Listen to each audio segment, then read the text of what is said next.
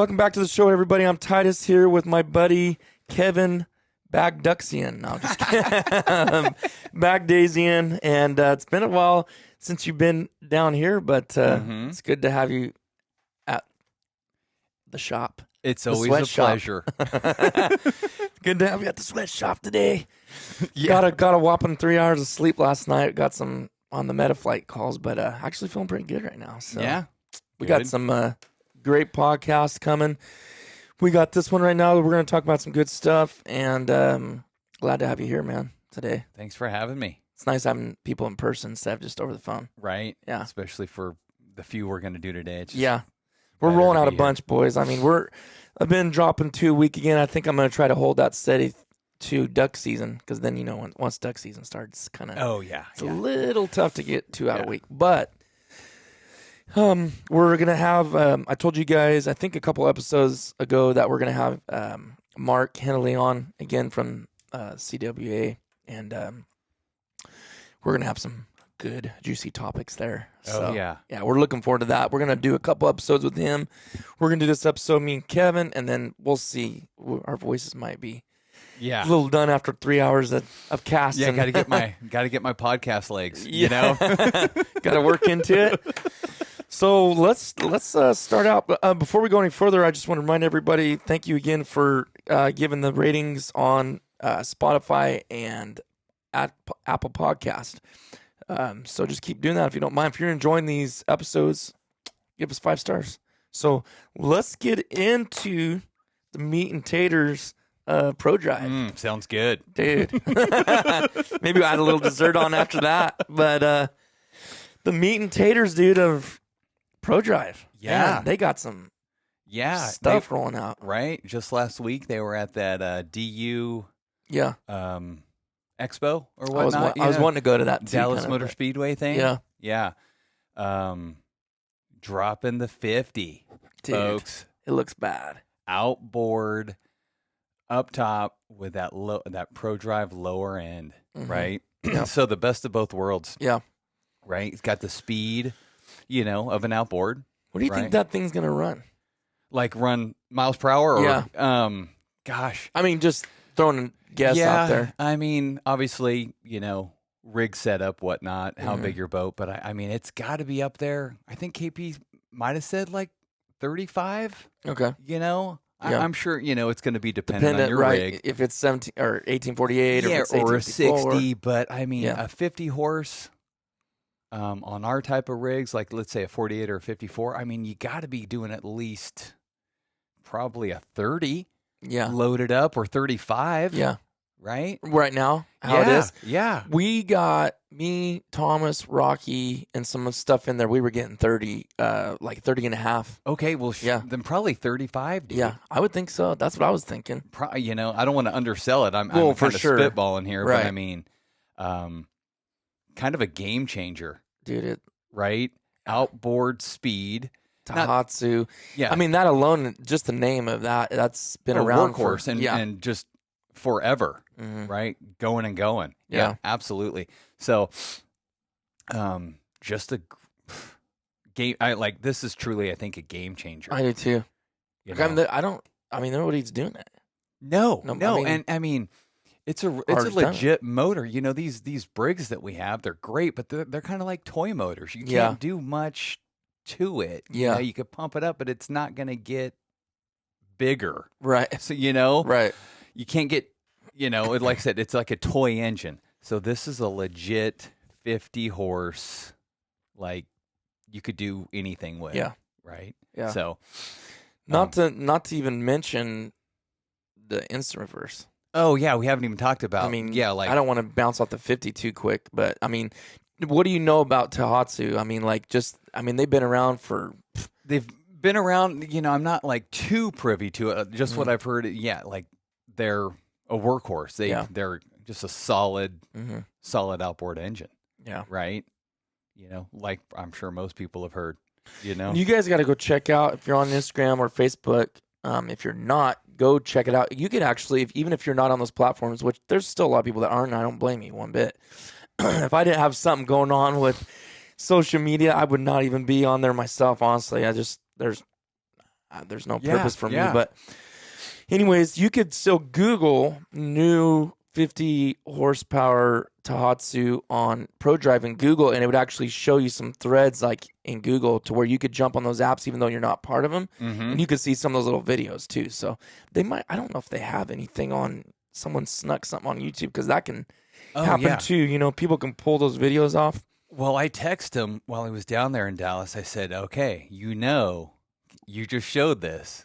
Those videos need to start coming out, because he has them. He has them on his phone and whatnot. It just all of a sudden, man, starts appearing. It's like, you need to start posting those, get everybody all hypey. Get ahead of the game. You know, because he has it from like just a standstill just to wide open. Right. And it just, he's got a weird sound to it. It sounds good. Oh, you know what we could almost do? Like a... let's do this. Let me plug this in. I'll keep this volume down. I'm going to play the sound of it. Oh, okay. On here, so we can hear. Oh, when he started it up. Yeah, dude, it's Thomas texted me because I sent it to him, or maybe I didn't send it to him yet, and he sent it to me. But Thomas was like, "We're getting this." Oh yeah, yeah. It wasn't even like a question. I'm like, dude, I'm with you. Trust me, we're we already got it. We already got it planned. I'll get that new rig. We'll put yours inside. Ship it out. That's gonna be awesome. Here, we'll play a little clip from from KP himself. Is that, did I do the wrong one here? KP over at PD. Why is it not playing? Oh, duh. I got muted. That doesn't help. All right, listen to this, guys. For you those that are not in the social media world. We're here to introduce our brand new models to the market, which are coming out very soon. You might have to play this a couple times, folks, to understand them. The on the mud motor market is that mud motor market started off with air-cooled with long tails in 1978. In 2002, ProDrive introduced and invented the first surface-driven mud motor on the market. From there, a lot of advances have been made, but nothing that really changes the game. This here, we feel, changes the game. In other words, this unit here is our 40 horsepower with full power and instant reverse, all in one unit. I'm going to get into that a little deeper in another video. But really, the motor that's going to change the game, we feel. Beating taters right here. As I just explained here briefly, this is a 50 horse Tohatsu outboard with all ProDrive lower units. We spent a lot of time here, several years. Thing looks sweet. And this is very quiet and more efficient and more protected from the elements. Yeah. Stay tuned. Come see us. We're gonna have more videos to follow. Okay. There's that one. Then this is the one he's. One of the biggest questions. There's many questions about this 50 horsepower ProDrive that we introduced. But one of the biggest questions that I've been asked so far today is how loud is it? How quiet is it? What we're about to show you. As you can tell, I'm walking right here. I'm right next to the muffler. Quiet as a church mouse. Quiet as a church mouse. You can hear it running. I'm gonna give it a little gas. Oh, here we go.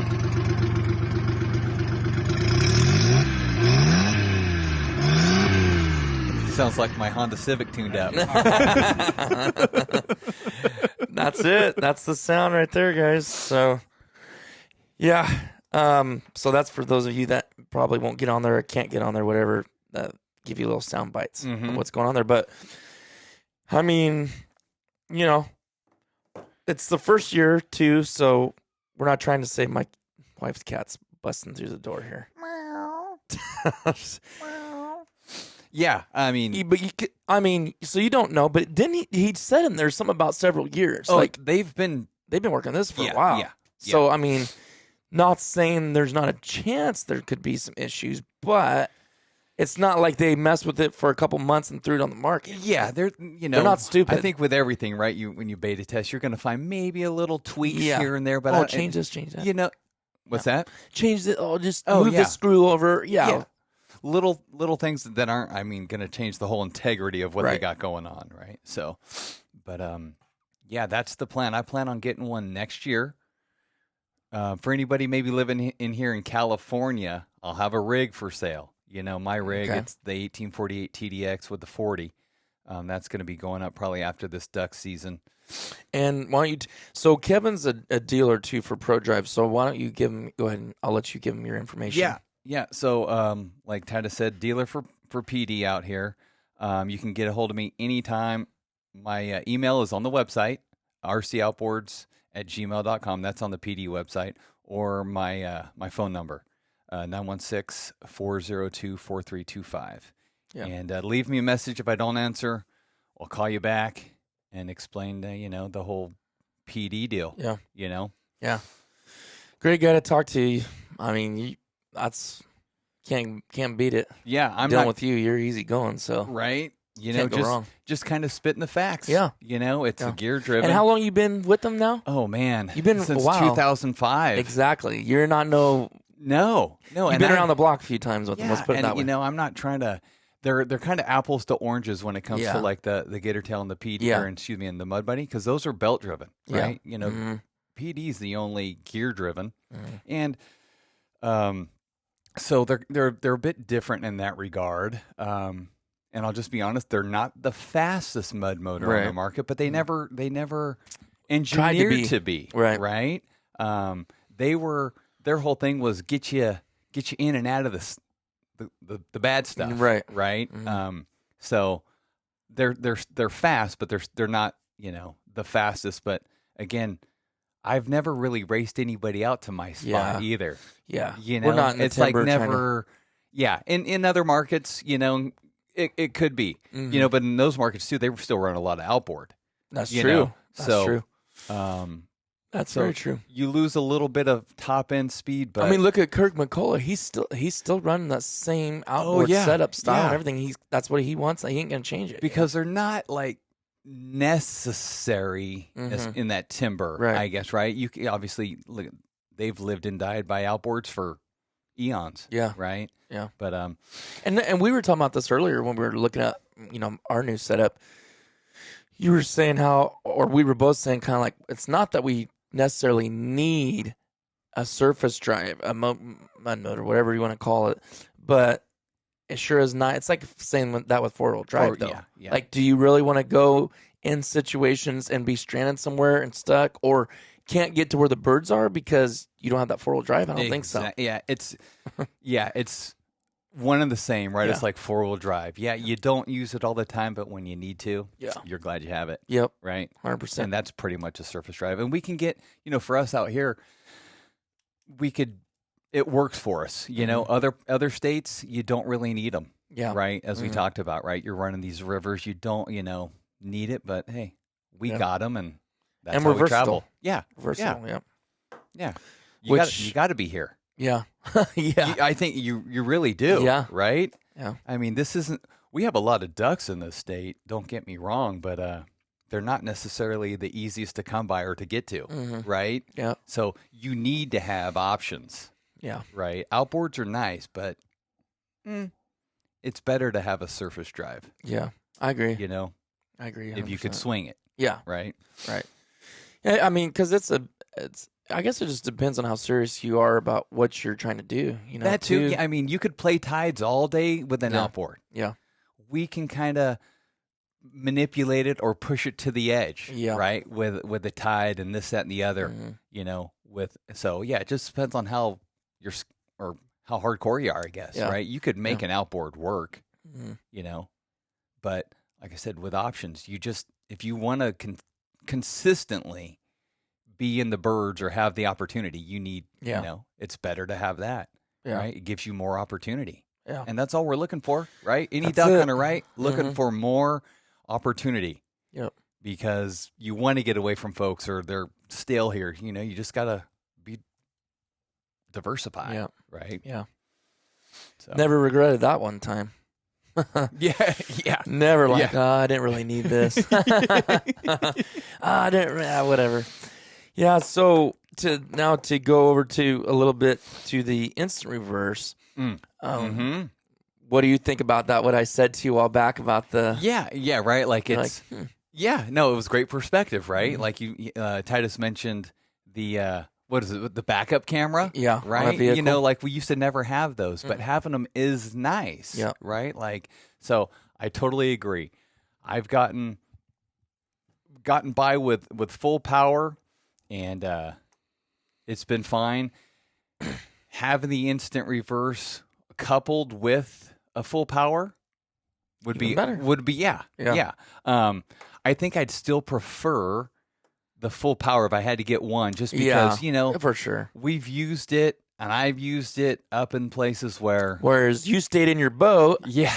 I had to get out. Me and Thomas had to get out and push. And, that was just one. Right. I've been in some opportunities or some instances where I'm like, oh my gosh, thank you, full power. Give us an illustration, like just of something you got in a situation. Yeah, this is Tule Lake, okay, right? And we're dealing with, back in the day, when Sump 1A had water, but a lot of silt, right? I got into something that before I knew it was just all mud, Yeah, you're already in it. Yeah. Oh, man. I've been there. And I did not have full power verse, and I wish I did. And it was straight mud. And and it took me a while, even with full power reverse, because I got in so far, right? So, and I've been up at Upper Klamath Lake. So, I've been in some nasty stuff, and I was just thankful, to have it. It took a while, but I was still, that's far better than just instant. Yeah. Instant has maybe 30% of your horsepower? If that, maybe, who knows? And I'd like to know what that number is, but it ain't much. Yeah. So it's not often, but when you get it, you're thankful you have it, right? And that was PD's thing. To me, it's ingenious. It is. That whole lower it really units. Is. I mean, it's either you get it or you don't. A lot of people think it's hokey, and but I'm not here. Most of my ducking is not convenience based, right? That convenience is nice around the ramp. Being able to put it in instant reverse, cool, but maybe picking up decoys. Yeah, maybe. But other than that, maybe, because I usually, maybe there. I like to use the momentary. Dude, for that sure, is sweet. For that. I love that feature. So there is convenience is nice, but the full power, man. It's ingenious. When you need it, you're thankful you have it. Yeah. Right? And that's all I could say. Right? Yeah, I kind of feel like it's the 4-wheel drive of it is duck boats. I mean, the whole concept going on and it kind of lifts you and pull it's genius. It's just what I've noticed, right, with PDs and Mud Buddy folks, it's like you're either on board with PD because you like it or you're not. Yeah. There's no middle ground. Yeah. It almost is like it's like a different breed of mud motor dude. Yeah. From PD to Mud Buddy Gator Tail, I swear. Yeah. It is. Yeah. It is. They don't, and everybody has their thing. Yeah. It's like Chevy and Ford, right? Like you don't. They're all almost one and the same. There's a couple different things. A lot of guys like the speed, and they get the Gator Tail's the fastest out there, right? Then you got your Mud Buddy, but you know what? So something funny. I don't know if I told you this about what Wade Shoemaker said. He was saying when he was running with some boys, I won't mention it. Doesn't matter. Brother Wade. Yeah, he was saying when they were running, then obviously if you're on a straightaway, obviously they're going to take it, right? Yeah. I mean, we've seen that when we were running our Gator Tail, we're pulling you, but it didn't even matter because technically we're trying to stay side by side, so it wasn't no advantage unless you're racing, right? Yeah. But what he was saying is in that real tight stuff, again, you proved that true as well to us. You were turning on a dime, right? Yeah. And you weren't even letting off, I don't think. You were just, wow. I'm just ripping stuff. Because you have triple chine, right? Well, triple taper chine, right, for the boat. But which I don't have that, right? No, yours. That is too, right? Yeah. Okay. So, but what the PD, how it sits is on like a outboard platform. Yes. Right? Yes. That was their effort. That was their whole genesis too. It was like on an outboard axis kind of type of platform. So turns better. So easy. Right? And it's more comfortable to drive sitting It down. is. I mean, I could stand up and drive too. Yeah. I don't do it all the time. I like, but when I have to, I'll stand up. And that free floater is nice too. You could adjust it so you want to, more 90-ish or 45, whatnot. So, but so it's platformed different. So you can turn tighter in places than your Gator Tail Mud Buddy. Well, and what Wade was saying is he goes, we all took off at the same time, and he said they obviously right out the gate were kind of I don't remember what he said right out the gate, because to me I feel like Pro Drive is on plane now. Like the Gator Tail was never that way. I feel like it took 6-7 seconds to get on top, in my opinion. That's how I felt from the bottom end. I feel like Pro Drive is like, it's right now. Like, right there, boom, right. it's right there. Yeah. And then that's where, okay, now Gator Tail is pulling.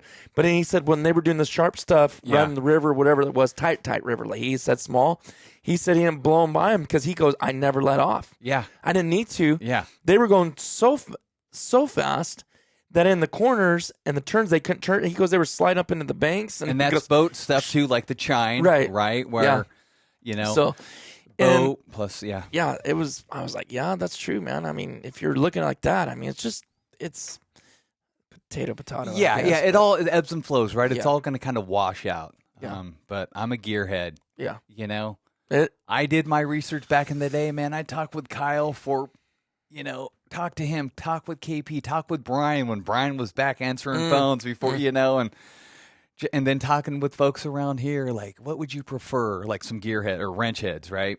And they were always like, well, I take gear over belt any day, Brian, is Brian still involved much? He's probably more in because he's like a engineer, right? Yeah, he's like the one designing that 50, the instant, that whole. That guy knows what stuff. That guy is smart. Yeah. Have you talked to him or met him? Yeah, I've only talked to him. I've never met him like I have. KP. It'd be kind of neat to have him on here too. Yeah, just to maybe over my head, but to hear like the details of the engineering and what made you come up with how'd you, right? That would be a good one. That'd be kind of cool. Yeah, but anyways, yeah. So I don't know if there's any more we can add to that. We've kind of beat that horse a little bit. But. Yeah, folks, check it out. Even if you're not necessarily interested, it's a pretty cool thing. And outboard on a surface drive lower unit. It's game changer. Yeah, it's pretty cool. I think we're going to see other companies kind of track them possibly in the future. But well, here's the thing too. PD is that vertical motor. That's true. Right? So you have that direct drive right there. See, with Mud Buddy Gator Tail, they have the horizontal. So you got the shaft coming out the back and then the vertical belt. I don't know how are they gonna do that to a lower end? Yeah, that's true. If they run a vertical platform. They'd have to change their whole thing. Yeah. See, PD almost from the beginning had that in mind to plop something on. You know? Yeah. And now they got the technology to do it. It's almost like they forecasted that 20 years ago. Yeah. To build with this platform. Right? Yeah. So people have said, oh, the Mud Buddy will come up with something. I'm like, I don't know. How are you going to put an outboard horizontally? Yeah.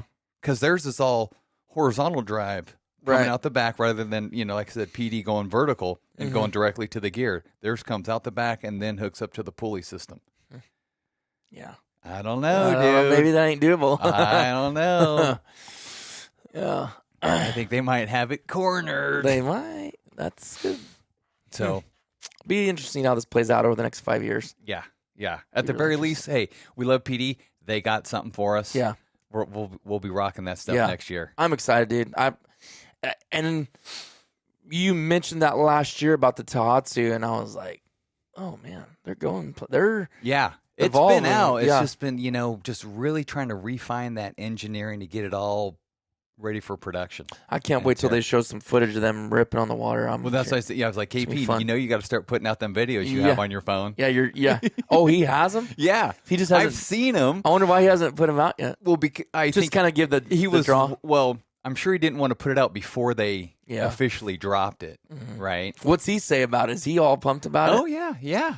I mean, I've seen he was going to send me some videos. He's all, well, I could send you stuff, but it's got to stay on your phone. I was like, just don't send me anything. I won't, but I just don't even want to. I don't want you to blame. If it does you can't say it was me, right? So it's like, now you can. Kevin, text right now. Tell you what's. Anyways, it'll be out soon enough. Yeah. Well, let's jump into the season recap. Okay. How was your season, Kevin?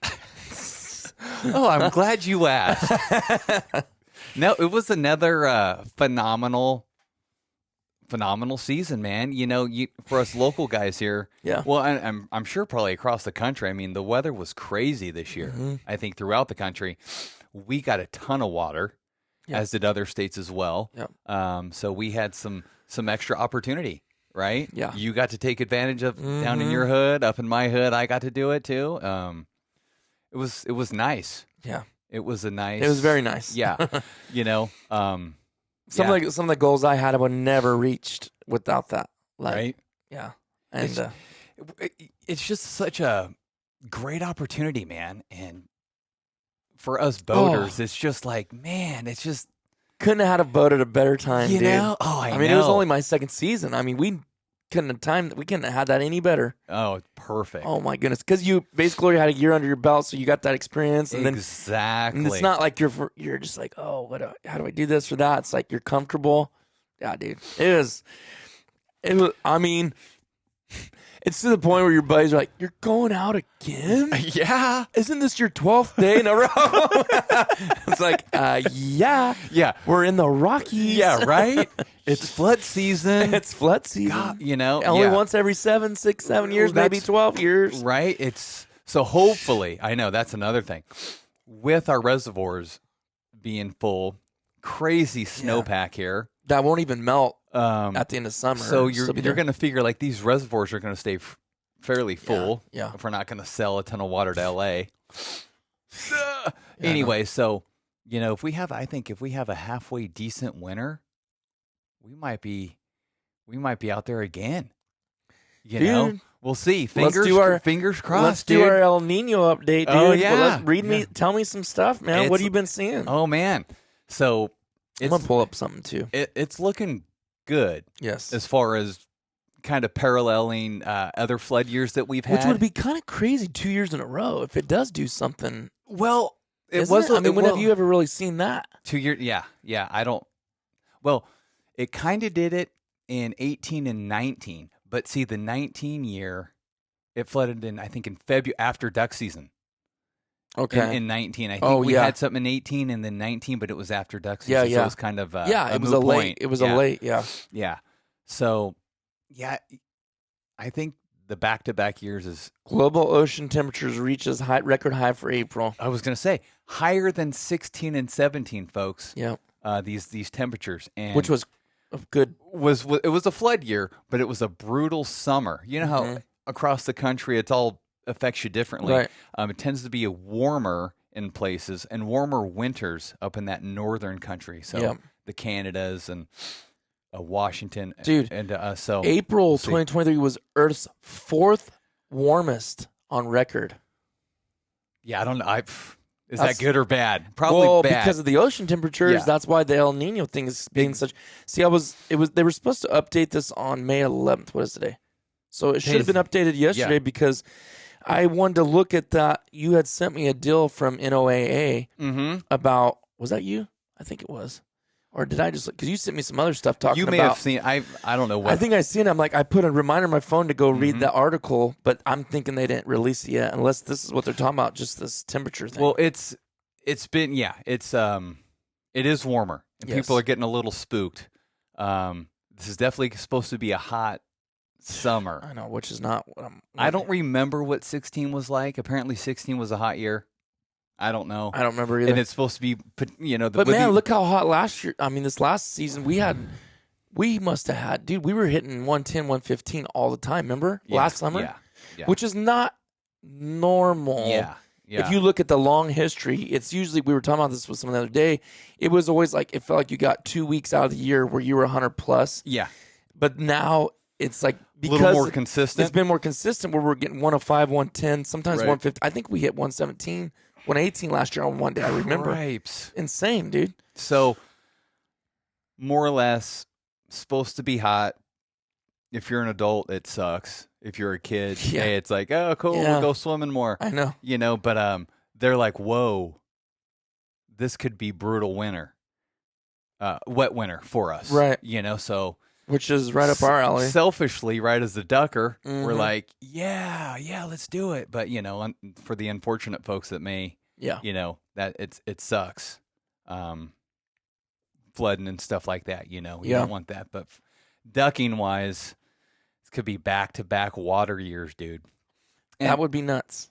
And hey, any ducker is looking for just more opportunity, right? For us out here, it's that extra water. You're always looking for more. Yeah. And, that's... And I didn't know that until you said that about the water temp was the one. I was always thinking it was that pressure system, but that pressure system does have to do with water temp.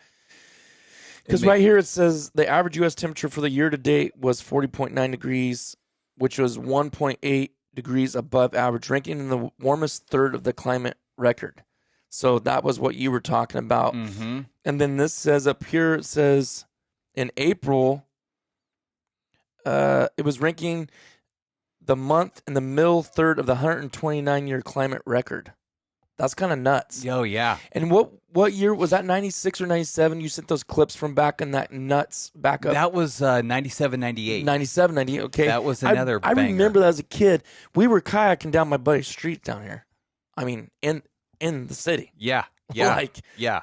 it was nuts. That was scary. Like, yeah. way more than last year was, right? Oh, yeah. Yeah, Yeah. not even close. Yeah. I mean, they were sending National Guard in. They were pulling people off rooftops. Because I think they had levee breaches too. Yes. That cost them. But it was pretty nasty. Sacramento was almost, I think, compromised potential. You know, Yeah. I mean, it was pretty gnarly. Yeah. So, anyways, that's kind of what I'm kind of looking at. I don't think this is the update that they're talking about. I don't think they've actually put the article out yet because it's talking about flooding, but it's more like other parts of the country too, outbreaks. Just kind of give an update of April. Yeah, much. And I think with El Niños too, you get that cold streak that kind of goes through the Southwest. Yep. You know, like our boys out in Texas, Louisiana, Arkansas, all through there, probably even the New Mexico, all through there, kind of tends to be colder actually. Yep. So they could be in for some cold temps. Well, I see. Yeah, have you been watching our weather guy, Weather Direct Weather? I haven't. Is he forecasting? Well, he didn't do this winter one yet, what this winter's looking like, but he was already saying stuff about the water temps on a couple of videos ago. Yeah. If you guys like that kind of stuff and nerd out on that and watch that, like, I feel like you should if you're a duck hunter. I mean, that's pays to watch that. Yeah, I kind of toned down a little in the off season. I do too, but because I'm subscribed to him, so if something pops up like winter weather update, I'm like, I'm watching it. Yeah, right. Yeah, but this guy's channel is Direct Weather. I've said it on here before. Kevin's the one that pointed it out to me, and that guy's dialed. Yeah, and there's a few guys out there, guys, on YouTube that have these weather channels. I kind of just came across Direct Weather. I like his style of what he goes through, and he's always putting out stuff. Yeah, especially when it starts to get wintertime or duck season, he's putting stuff out daily. Yes, or all the time, every couple of days.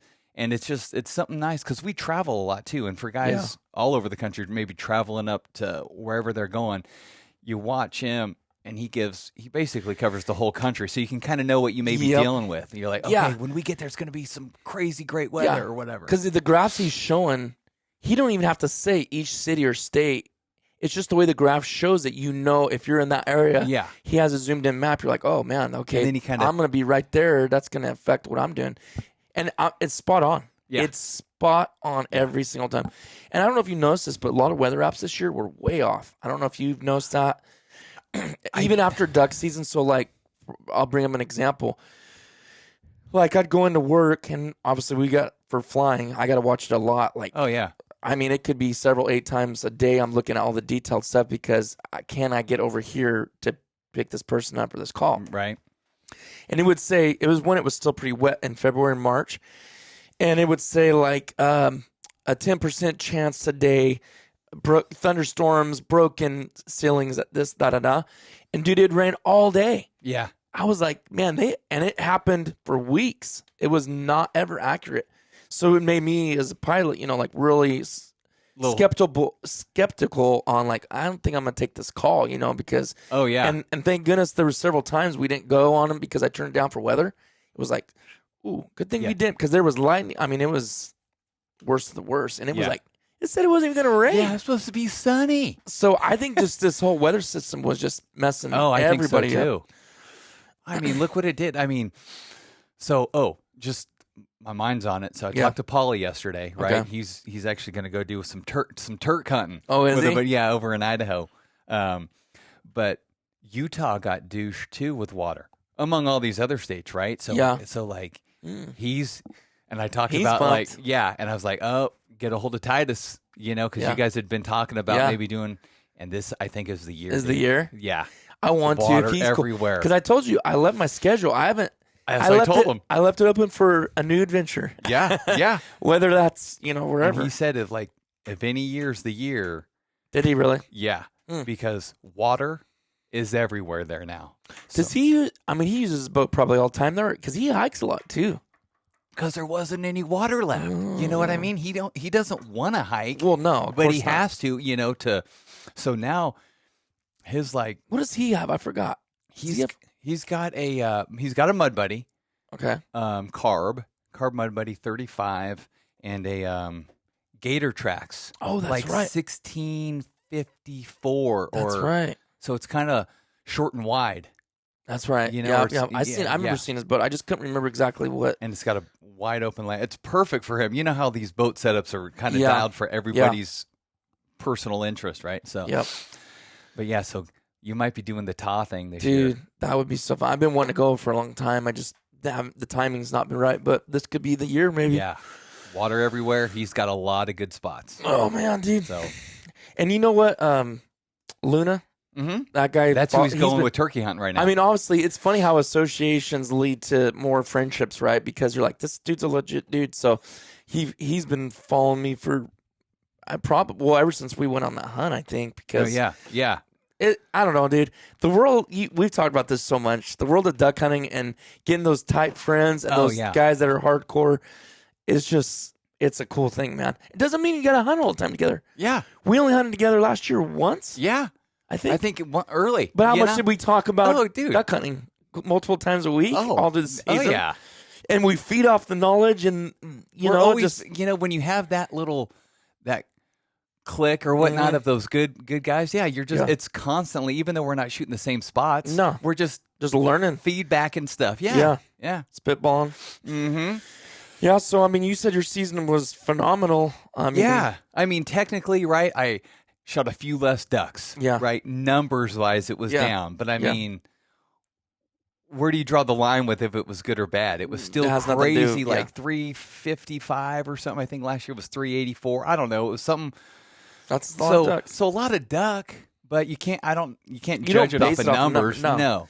You could shoot 200, 250, but have the most insane time of your life. So technically it was a down year. Numbers wise. But traveling, we did that again. Some of the travel stuff we didn't hit as hard as it has in years past, but still got our birds, right? So travel thing, that's always fun. Local, then the flood. I mean, it was just another killer year. Yeah. Like I said, what do we ever have bad years? That's what you want to talk about, and it's yeah, guys. What's a bad year? Maybe what you didn't get to go. Was it because of family things or what, or what, or is it a numbers thing for folks? I don't know. Yeah. I maybe if I couldn't go for some reason, I don't even know if that would be a bad year because you can't. What if you had some family things going on? Yeah. Would that be a bad year now? No, you just couldn't go. Yeah. But I think there's guys in like the rice where it was a bad year up in the rice because they only, but when you're very, it's when you're locked stationary, into this, right? Yeah. Maybe those guys talk about bad years. For us who are diversified, right, that travel 5 or 6 times a year, going to these states and then having our boats and going here and doing that, it's like, no, I really haven't had a bad year. Yeah. Yeah. But for the stationary guys or maybe refuge guys that don't, And to put myself in those shoes from years past, right? Yeah. I haven't said those words in a long time, but I have said those before because why? Because like you said, I was stationary. I was basing the whole season, the migration, off of bird numbers, here. off of one little refuge. Man, this year sucks. I haven't seen anything. It's like, okay, maybe that refuge does. Yeah. Right. But not, you can't throw the whole waterfowl season in the same bucket. Yeah. Well, what guys do, I'm just going to speak for guys around here, right? Like these rice guys and us Delta guys or whatever. Say, man, it was a bad year. Yeah. Can anybody, really? You're up in this spot. Right. How do you How do you judge in the whole that it was a state? Man, the birds weren't here. They let, I was like, okay. That's so isolated, dude. Like nobody, that's so subjective. Yeah. Right? Yeah, it is. I mean, how there's birds everywhere in the state. You just gotta move and find them. Right. But guys, a lot of guys don't do that. They don't do that, yeah. For whatever reasons, right? Yeah. Some guys never got into a boat. Yeah. And since decomp era, there's been more rice opportunity. Mm-hmm. And so if they don't get them in their rice, it's a bad year. Yeah. Right? Or the birds they never got here. Yeah. Well, and we'll admit we've seen some crazy things with the way birds are doing things. Like, was it last year or the year before? I'm like, dude, I got specks down here. Season hadn't even opened yet. Oh, yeah. Remember, it was flying over my house. I think it was last year because there was no rice and no they water. Just blew right past. Yeah. And I was like, well, okay, that's something I am, I don't ever remember. I'm probably sure 30, 40 years because crazy. Decomp changed everything, dude. Mm-hmm. And I'm talking decomp rice, guys. It short-stopped a lot of things, right? When you have 400, 500,000 acres of rice, you're going to have water when these birds come down to kind of hang out in or cut rice and what. So they're going to stop, right? When it was like night and day, there was maybe, well, let's just say 100,000 acres planted in the valley, compared to 450 or 500. So, and water was scarce. So I mean, birds just kind of did their migration thing, right? Yeah. They just kept going. They'll find the water. Yeah, they'll get it. They'll find it. And that was weird. Not weird, but something you haven't seen in years. Yeah, because they've never had to. Right. Yeah. So, so it just means they'll find it. Yeah. They'll move if they have to. Mm-hmm. Yeah. So. Well, anything else for season recap? I'm trying to think of. I mean, I've obviously done a bunch of it myself on here, but great year. Yeah. Same here. Like you said, it was great. You guys had the boat, so we had more boat opportunity, which is cool. Mm-hmm. And I still did a ton of walk-in and on refuges and had success because people seen the boat. I remember when I first got it, it was like, oh, does that mean you're not going to ever hunt refuges again? I'm like, no way. No, it's just that was born and raised on bag, that, dude. Yeah, that's my bread. I don't know if it's my bread and butter now, but it's definitely it's part of me. That's what I grew up on. I'll never leave that. No. It's an opportunity, Titus, and you're good at it. Another opportunity. Yeah, exactly. All you did was diversify. It just increased my opportunities. Is all I did. Because if you're not boating, you go walk out there to the refuge. Let's put it this way: I never once hunted on the floodwaters on a Wednesday or Saturday. Why? Because I was at the refuge. I'm not going to cut into one opportunity when I can give something else a break. Oh, exactly. You know what I'm saying? Oh, yeah. So it was perfect. It was, dude. It was a perfect marriage. It was. It was. So coming up, we're excited. Another change of pace here.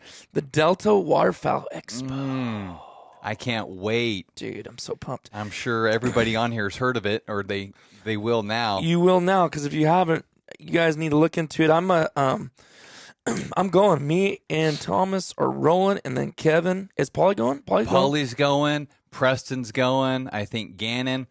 I don't know if I've heard of Gannon or met Gannon. Gannon is Nevada Fowl. Oh, yeah. Hashtag Instagram. So check out Gannon. He's a youngster out of Nevada. Mm-hmm. Then you got Paulie Goose. You got Preston. I didn't know his name. I knew his Instagram page. I just didn't know his personal name. But Paulie's going.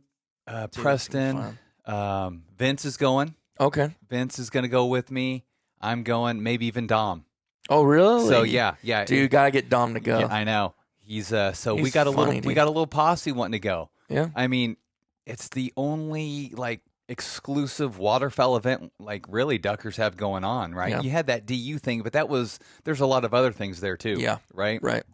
And this is huge, dude. And it's Delta, right? I mean, no slight to DU, but it's hard for me to really get on board with everything they do. Yeah. Right. Delta seems like I like everything they do. The hunters. Yeah. The duck hunters. And what they do to cultivate the ducks and whatnot.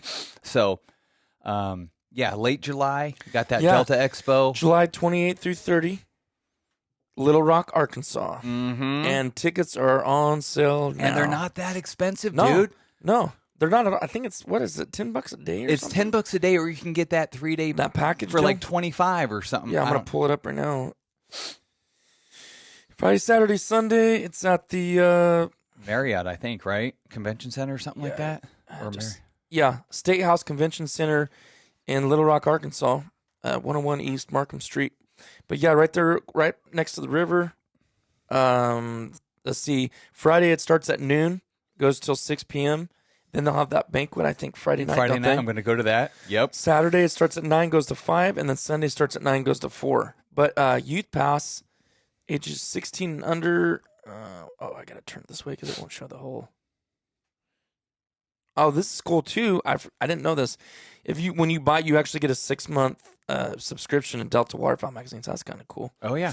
But it's not. Why is it not showing the prices here? Here we go. Okay, it's 6 and under for the whole. Oh no, that's the banquet tickets. Hold on, sorry, I gotta slide this up. There we go. Yeah, Friday the daily pass. It's $10 a day, or you can do the. Let me slide down here. What was it? I thought there was a 3-day. There is. I'm trying to slide down to this thing, but at the very least, I think it's fairly inexpensive.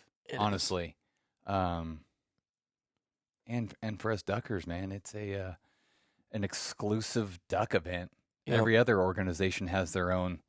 What's that? National Wild Turkey Federation or something like. They have their own. They have their own deal. Deer things. What in the big game? Sponsored by Federal. Oh, dude, yeah. There's a lot of folks there. Yeah, this is. Anyways, we're going. It's July 20th through 30th. It's on the books. Mm-hmm. We are doing it. Yeah, I don't know. I thought there was a deal where you could buy a package deal, but I'm not actually seeing it on here now for some reason. I wonder if it... Oh, right here. $25. So 3-day pass for daily admission for one to the Delta Waterfowl Duck Hunters Expo and includes a 6-month online subscription to Delta Waterfowl magazine. So that's $25. So you're saving $5. $5 if you're going to make the all 3-day event. And then for the dinner... it's $75 actually for the dinner for the Duck Hunters banquet ticket. I splurged and did it because they dropped that million duck campaign at that event last year, right? Yeah. And I'm like, hey, I'm there. I'll go and rub elbows with some folks. And I'm sure we will too, unless something else. Because I know, like, I'm not going with Heavy Shot, but I'm kind of like I'm gonna help at the booth there. So if any of you guys end up going there, you live by there, and you're gonna go to that deal, you got to go check it out, and definitely come by the Heavy Shot booth. We'll be there a lot, but I'm definitely gonna. Oh yeah, dude, we're gonna be perusing, dude, mingling all over the place, nice shaking to meet hands, you. kissing nice babies. No, it's gonna be fun. I was gonna look up some of the people. I mean, I think pretty much. Well, who's going to be. Yeah. I mean, it's not really just that's pretty much it, right? The who's. I think Rusty's going to be there. Rusty Creasy, he's the mouth of the South down there in Arkansas, doing his private thing. You got Tony. Yep, Tony Vandermore's going there. Yep, he'll be at the Heavy Shot booth a bunch too. Among others, a lot of dog folk. Mm-hmm. Well, yeah, I mean, it's the Duckers event. Yeah, for sure. So I'm excited about here we go. This is what I was looking for. So, it's presented by Federal this year, so they're the big one. But all the sponsors and the people are going to be there: Lucky Duck, Rig 'em Right, Eukanuba, which is what Rocky eats, Heavy Shot, Fiocchi, Apex Ammunition, Boss, Sheen. Okay. Did you wear those last year? Yeah. How'd you like those? They were good. Okay. I mean, truth be told, I didn't think they were exceptional. Okay. Right. But they were comfortable. They're good. Okay. Yeah. Alps Outdoors, Remington, Kent Cartridge, Sound Gear, Savage, Banded, Mojo Outdoors. Those would be cool guys. Those seem like they're pretty cool guys. First Light's gonna be there. Yeah. They got a bunch of waterfowl. They got waders. I'll bet they're gonna drop them. That's where they're gonna drop dude. them. I bet. Yeah. Who else? Someone else is. Oh, Kuyu, dude. Oh, I don't know if they're going to this though. I didn't see them on there. Their name's not on here, but they are going to come out with those waders. That has got my attention. Yeah. See, I think they've definitely got that big game market on lock. Yeah. Right. And I've always asked them like, hey, because they do have a spot in Dixon, right? Yeah. That's where their headquarters. Yeah. So I've stopped by there before, and they're like, well, any camo should work, Right. So I was like, do you have anything a little more exclusive to ducking, right? Yeah. And they were kind of like, well, Is this before? Yeah. Okay. And so I think they haven't released the pattern for the waterfowl yet, though. I'm curious to what it. I know. I still think it's gonna be that jungle pattern. The jungle old BDUs. Oh yeah. With the It's not. They don't call that jungle. Yeah, they call that jungle pattern. Not the color, but I'm saying The more pattern? rounds. Yeah. Like round instead of, because I'm not a big. Personally, I've never liked digital. Oh, I know. Me. And I got out of the Army before they came with it. Oh, you did? I think the Marines were rocking that stuff. The tan Yep. digital. Tan digital, and we didn't have those yet. It just started to come on board when I was getting out in 2004. We trust her. Oh, yeah. No, I went back as far as I could, thinking like, okay, she should have plenty of room. Yeah, we're talking about my wife back on the driveway. She dinged my truck once. Actually, not mine, my buddy's, which it was, anyways. But yeah, so I mean, yeah. So great event, guys. I mean, Wade, old brother Wade, was there last year. I know he's going again. Said it was like the best one he's been, or kind of like a waterfowl type deal he's been to. And he's been to a ton. Yes. So I was like, Avery, GHG, Max Prairie Wings, Flambeau, Drake. Like you said, the who's going to be there. Tetra. Arkansas Game and Fish, that's kind of interesting. Benella. I was getting ready to say Sitka. But Benella and You shoot one of them Benellas? Benelli, Sitka, Higdon Outdoors, Alpha, BG, Mallard Bay, Migra. Cat's going to be there. That's kind of interesting. Final Approach, Heyday, everything. Yeah. I mean, I don't know. I can't see too many not being there. I mean, man, if I was coming, I'd be in that. The Ducker, the who's who is going to be there. I'm looking forward to meeting a few guys I've seen on IG. Yeah. Like old Roy just Carter. People in general. From Carter's Big Island back there in Kansas. Yeah. He's a hoot. He was there last year. Just kind of, he's just kind of a guy walking around, whatnot, Mm-hmm. He's been on Drake Waterfowl, I think, back when Drake used to go and before they kind of changed their whole production. So I kind of want to meet him. Yeah. So, it's going to be a nice meet and greet, dude. And get to meet Wade in person. Oh, yeah. And a lot of other people. Like, I've talked to Tony, I've talked to all these people, but just to shake hands. Oh, yeah, dude. Like, it just... That's what guys do, right? That's what men do. Shake the hand. Dude, when we get back to the hotel that night, we're all going to be, look at the numbers I got. I got all these. Going out. I'm looking forward to, like, going out to dinner. Yeah. That's what, and that's going to be fun. Just chatting, having a good time. Yeah. Be fun. Like I said, I haven't got to hang out. I've talked to Dom. Dom's called me quite a bit through the year now. Dude, he's just funny, dude. I mean, I like talking duck too, but also just like laughing about stuff. I asked Caleb about him. I go, dude, what'd you think, dude? He's the funny. He goes, he's not even always trying to be. No, he's just his statements. And, it's just Dom. And I met him so organically, dude. Well, it's just, this guy was, now he's 21, about like a junior now in college. He was youngster. Fairly young when I met him. Yeah. He's still young, but Dom's a great guy. Yeah. He's funny. He's a hoot. Got the 16. Did you have it in your hand yet? The 16 gauge? I've held it. Yeah, for all you folks out there, I am tapping into the sub gauge. Yeah. The sub gauge guys, you know. I've held it. But I haven't brought it home yet. I'm still waiting that period. And it's not the one I wanted initially. It was supposed to be here in late April. I'm a 26-inch barrel guy. Always have been. And so I wanted that. It was supposed to be here. Now the market, or where I'm getting it at, said, oh, man, we got an email saying it's not going to be here till January. I'm like, oh, my gosh. They do have a 28-inch barrel. And you already have ammo. Yeah. And I've had ammo. Ready. Yeah. I've had ammo, So I was like, I made a few calls. Nobody really had the 26 anywhere like Max Prairie Wings or whatnot. And I was like, all right, dude, I'll just get this 28. It's not the end of the world. And I'll put in an order because they do have a special camo one, kind of like my ATAX A5. Yeah. They have one kind of like that in the 16. So I was like, you know what? I'll get this 28-inch barrel, and I'll just order another one. Get in 26 and have two, because I'm sure kids. Tell me the story how that happened again. What's that? Like how you end up ordering that, because you went for somewhere else, right?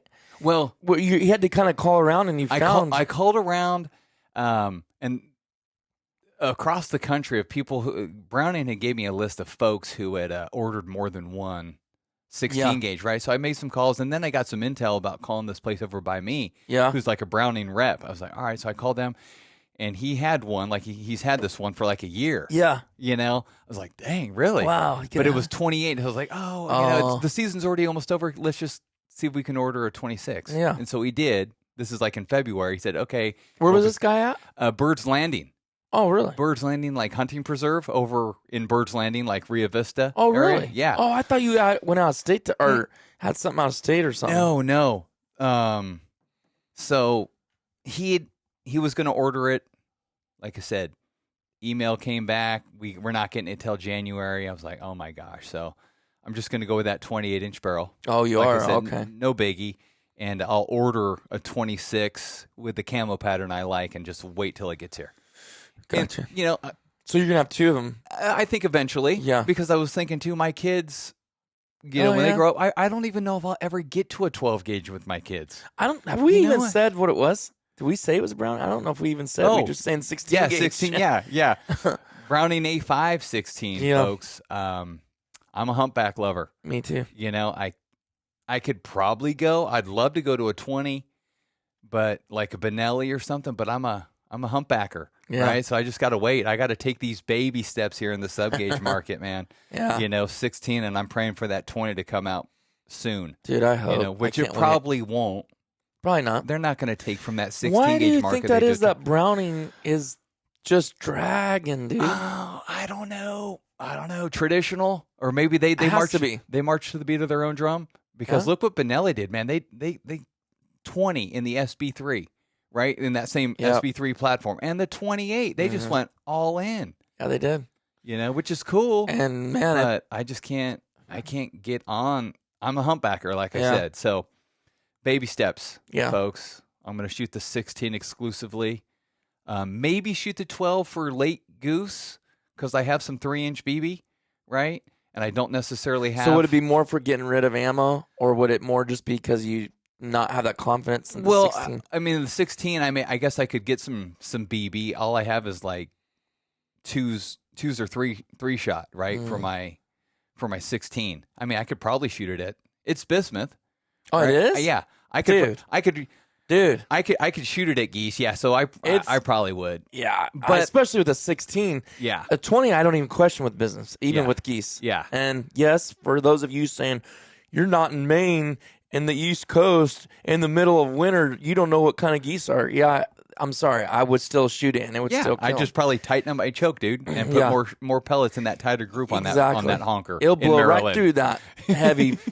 Trust me, it'll blow right through it. But yeah, I mean, that's sick, dude. You know that there's no question. Like I killed some honkers, and again, I mean, you can't be as lazy with your accuracy and your shooting. Yeah, right. But I mean, like, I never felt last year, and I ain't gonna lie, I was using some heavy stuff, right? That heavy 12, I ain't just going out buying a case of that. I promise you that. Yeah. So I think I had 6 boxes of it, 7 boxes of that in 28. Oh, in 28. Yeah. And dude, my accuracy, I kept all my accuracy, my numbers, how many shells I shot versus the birds I killed. Dude, my accuracy for my 28, which I didn't shoot as much as my 12, so it's kind of hard. Yeah. The more you shoot with something, the more your accuracy is going to go down, more chance to miss, right? But my accuracy was high, dude, my 28. And it almost goes up with, like, the 20 is almost better than 12, and I shot my 20 a lot. Well, you know, we kind of talked about it, right? When it's like subconsciously, you don't have as much shot going down range, you tend to probably take that extra little nanosecond, dude, to get on those birds. Yep. You can't just boom, boom, boom. Yeah. You know? And that's what I know that's what it is. It's just a little more, just taking your time more. Yeah. I know that's probably what it is. It is, I wish I would do that with my 12. I know. It's like, man, dude. Well, we better probably end this because we'll have a tiny little break before we get Kevin on here, or Mark. Little Marky Mark. So, yeah, I think we covered some great topics, man. That was a good episode. I think we kept it going. Yeah, so, all right, guys. Well, hope you enjoyed this one, and stay tuned for some really good, informative episodes coming up. We'll see you guys in the next one.